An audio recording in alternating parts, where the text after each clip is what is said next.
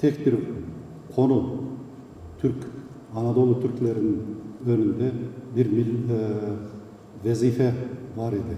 Bu Anadolu topraklarında bir Türk milleti yaşayacak mı, yok mu? Bu konuydu.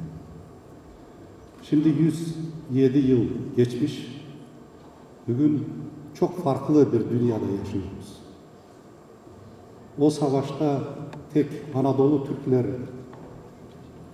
yaşayacak mı, yok mu konusu olsa bugün Allah'a şükürler Türk Cumhuriyetleri, devletleri birliği döneminde yaşıyoruz. Elimizde teknolojimiz olması gerekiyor ve gençlerin bizim geleceğimiz.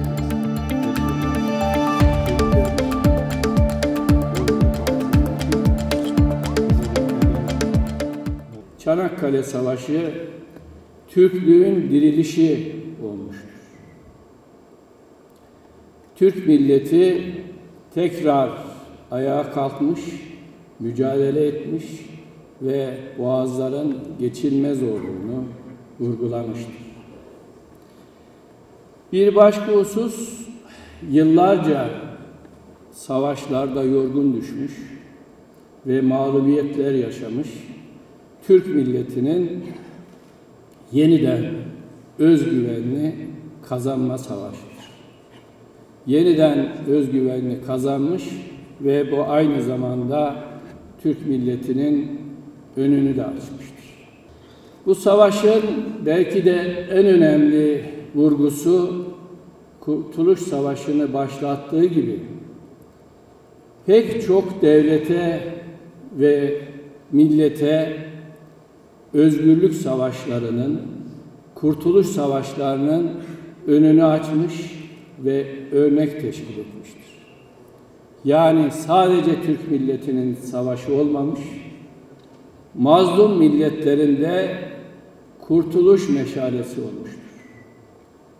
Bu meşaleyi yakanları, orada şehit olanları ve Türk milletinin toprağa düşmüş, şehit için, vatan için düşen her şehidin önünde saygıyla eğiliyor, onları minnetle, şükranla yad ediyoruz.